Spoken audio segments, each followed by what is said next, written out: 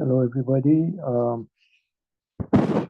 Here is another problem related to the subject of the statics and uh, topic of two-dimensional rigid body equilibrium. And specifically, I want to show you this problem because it involves two force members, and two force members are really important uh, in when we discuss the trusses and uh, structures such as frames and machines. So here you have this person using the rowing machine, this exercise machine, and applying a 200 Newton force at an angle of 30 degrees to the handle, right? And then look, you have this hydraulic cylinder BD here, right? That BD is actually a two-force member. And I explain what a two-force member is in a minute. And the objective here is to figure out what's happening at the pin C here and also pin B. And you'll see that actually whatever is happening at pin B will happen also at pin D in this hydraulic cylinder. Okay, so let's take a look. Let me just erase these things. So I'm going to start with drawing a free body diagram of this arm.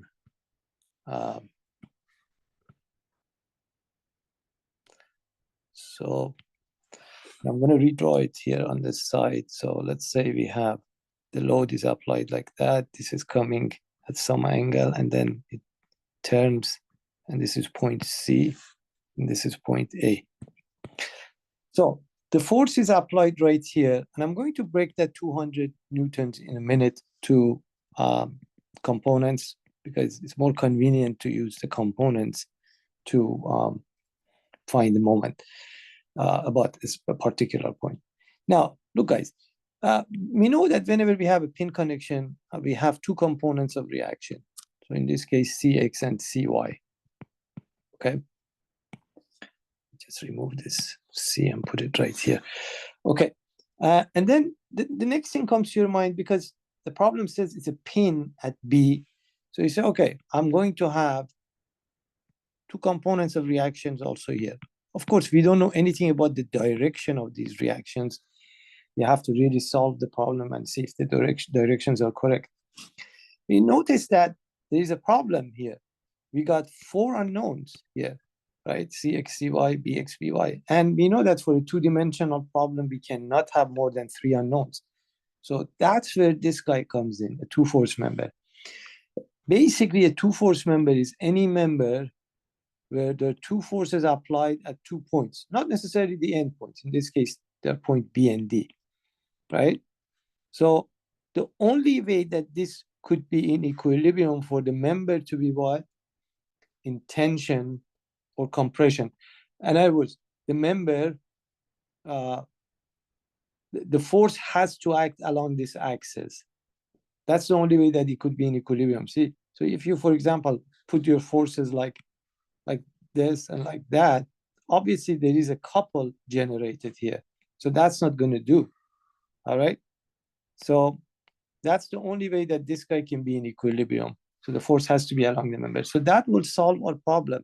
So instead of putting a Bx, By, we know that this guy has to be in the direction pointing from B to D. So I can call this actually FBD.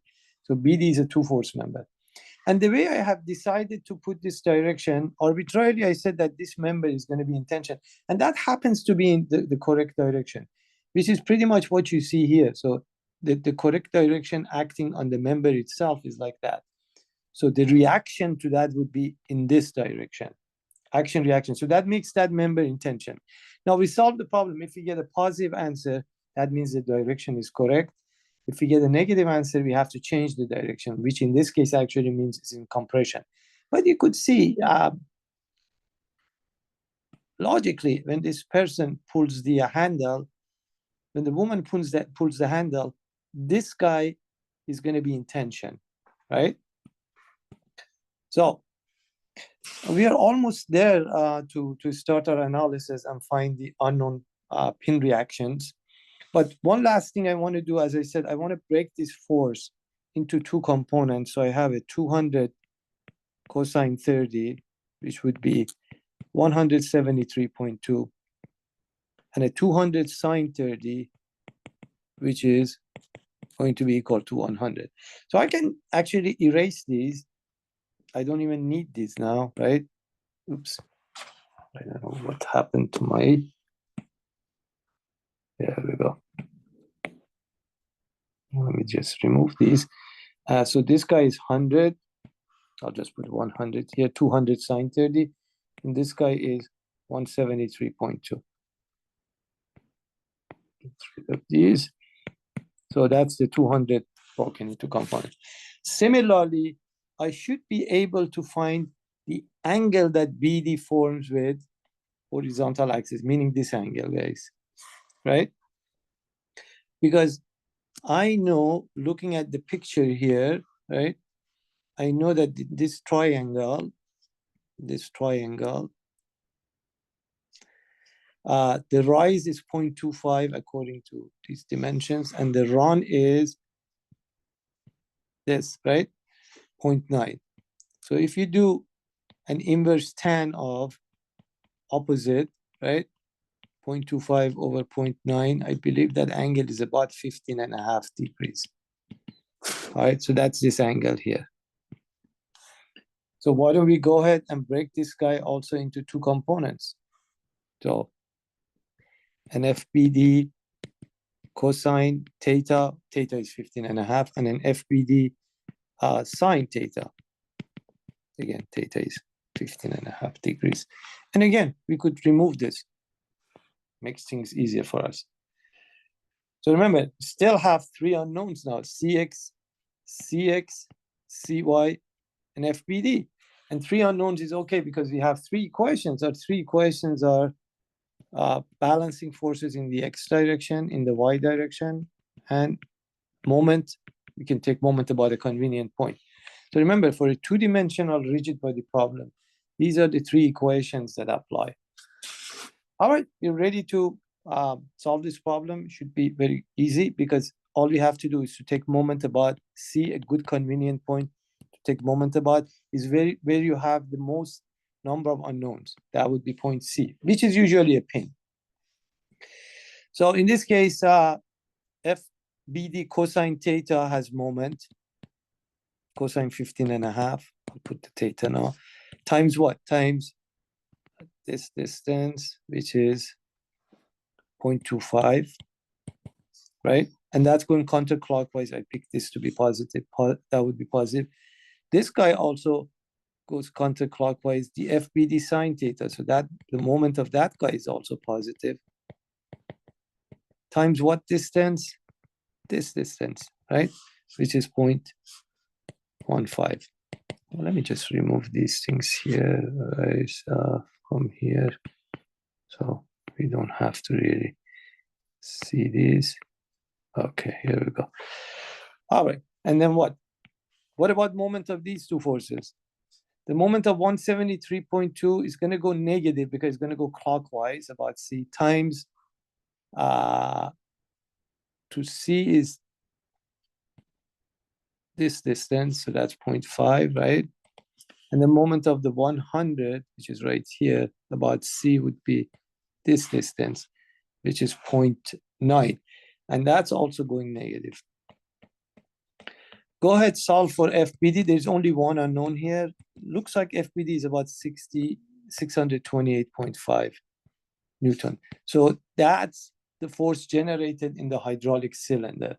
And notice we ended up getting a positive answer, which means this direction that I had initially is correct, which means this member or this hydraulic cylinder is in tension, clearly.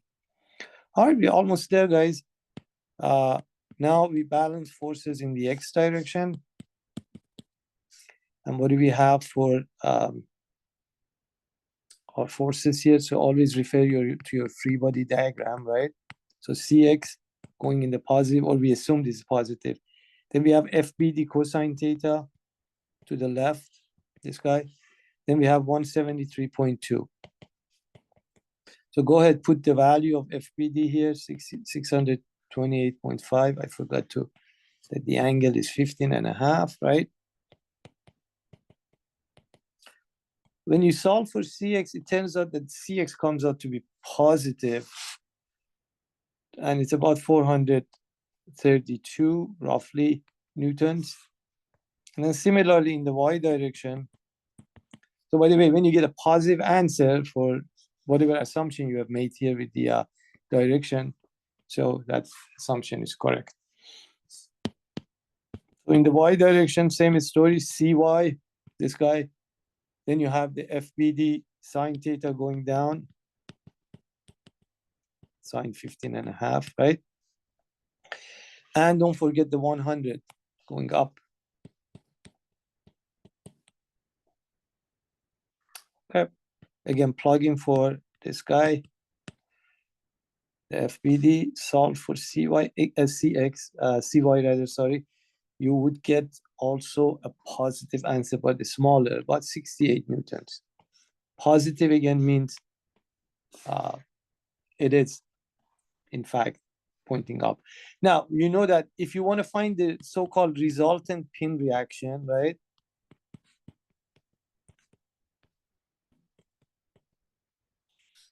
Okay.